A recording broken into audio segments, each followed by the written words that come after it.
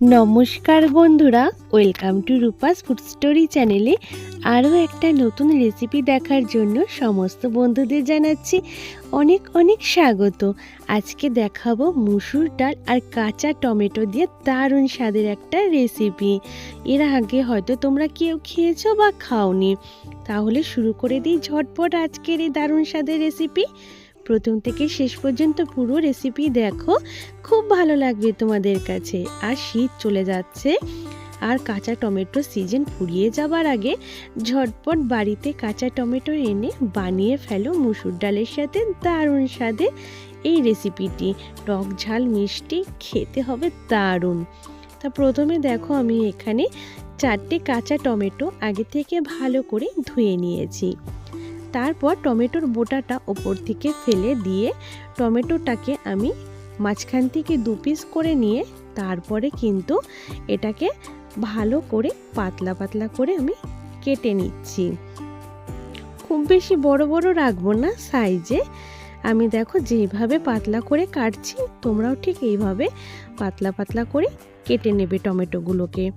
পাকা টমেটো দিয়ে তো আমরা অনেক রেসিপি খাই, বা কাঁচা টমেটো দিয়েও কিন্তু অনেক রেসিপি তোমরা খেয়েছো, তবে আজকে রেসিপিটা হবে দুর্দান্ত স্বাদের। তা সব টমেটো আমি কেটে নিয়েছি, আর এখানে নিয়েছি মুসুর ডাল।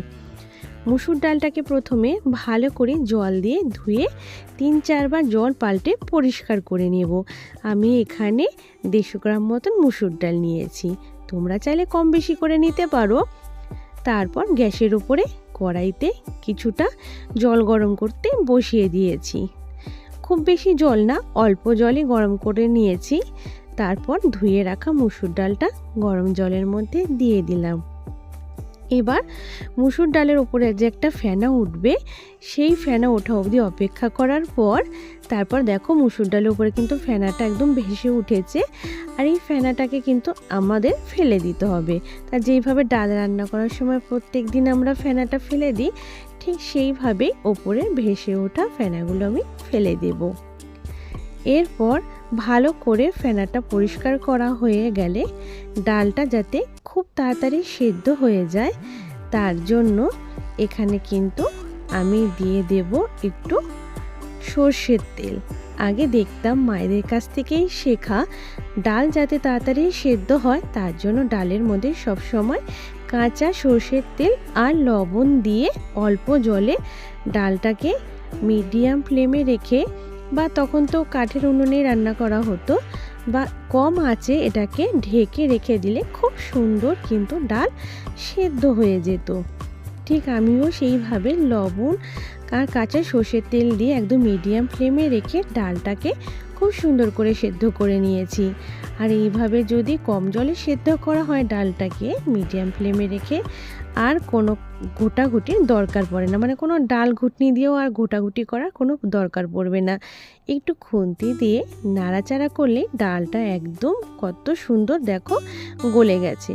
তারপর এখানে আমি আগে থেকে গরম জল করে রেখেছিলাম, পরিমাণ অনুযায়ী গরম জল মিশিয়ে দিলাম, তাতে ডালটা খেতে খুব ভালো লাগবে। আর আজকে আমি কাঁচা টমেটো দিয়ে মুসুর ডালটা রান্না করব। অনেকভাবেই তো অনেক ডাল খেয়েছো, তবে সাধারণভাবে রান্না করা আজকের এই ডালটা অসাধারণ লাগবে খেতে।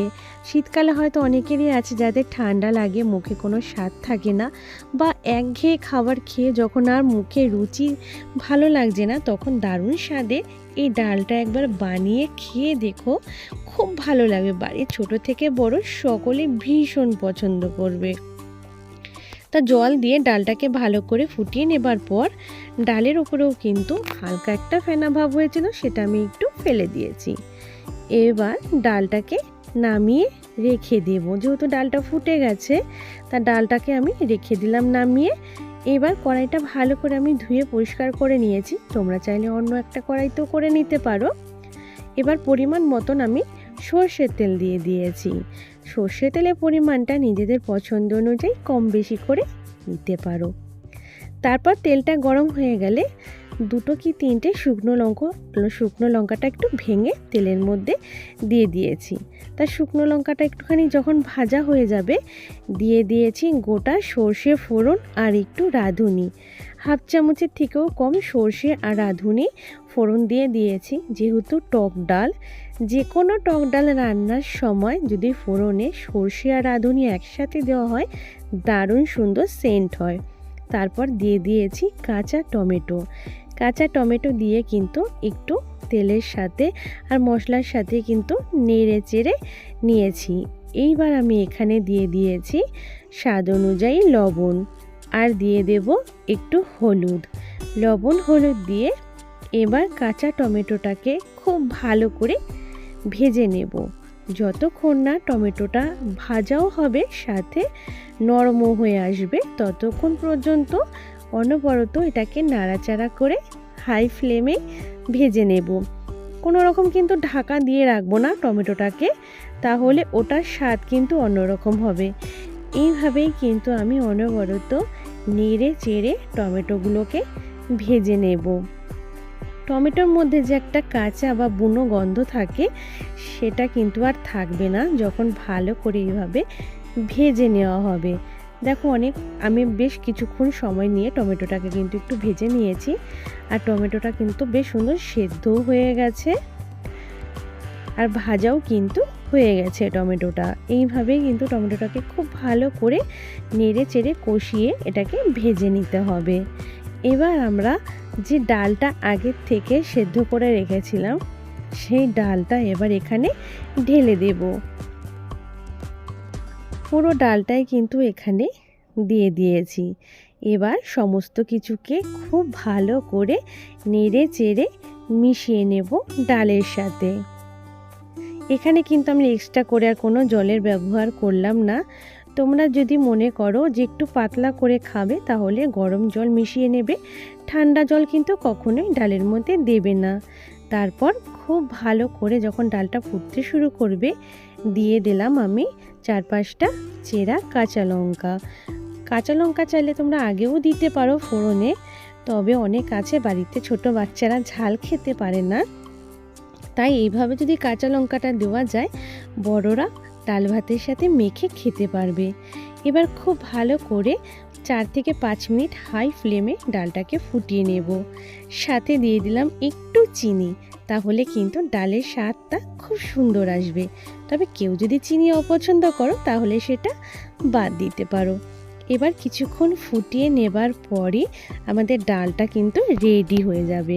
এবার দেখো আমি একটা বাটিতে ডালটা ঢেলে নেব। ডালটা কিন্তু একদম কমপ্লিট হয়ে গেছে রান্নাটা, আর আমি একটু গাঢ়ই কিন্তু রেখেছি, বেশি পাতলা কিন্তু আমি ডালটা করিনি।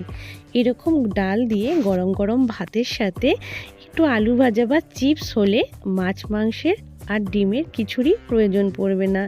এই দিয়ে পুরো ভাত খাওয়া হয়ে যাবে। একবার হলেও অনেক তো দামি রান্না তোমরা করে খাও, একবার এই সাধারণ ডালটা বাড়িতে রান্না করে খেয়ে দেখো আর আমাকে কমেন্ট করে জানিও তোমাদের কাছে কেমন লেগেছে। আমার কাছে কিন্তু খুব ভালো লেগেছে এই ডালটা, তাই তোমাদের সাথেও আজকে শেয়ার করলাম।